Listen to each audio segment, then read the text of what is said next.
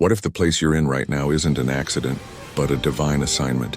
Let me tell you about Esther, a young Jewish girl whose ordinary life took an extraordinary turn. Living as an exile in ancient Persia, she never imagined she'd end up in the royal palace, let alone become queen. But that's exactly what happened. At first, Esther kept her Jewish identity hidden, blending into palace life like any other queen. But then came the moment that would test everything she was. A high-ranking official named Haman plotted to destroy all the Jewish people in the empire. Suddenly, Esther's secret identity became a matter of life and death.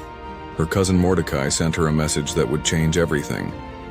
"Who knows if you were brought to the kingdom for such a time as this?" These words must have echoed in her heart as she faced the biggest decision of her life.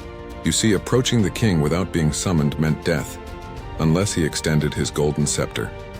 Esther had a choice: stay silent and safe, or risk everything to save her people. For 3 days, she and her people fasted and prayed. Then, gathering all her courage, she put on her royal robes and stepped into the king's court. Can you imagine her heart pounding as she waited to see if the scepter would be raised? It was.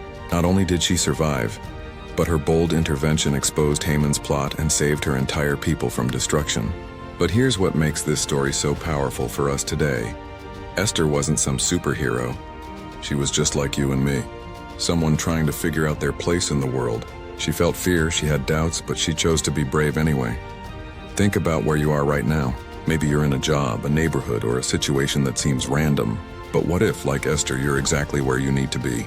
What if your position, your relationships, your influence, however small it might seem, is actually part of a bigger purpose?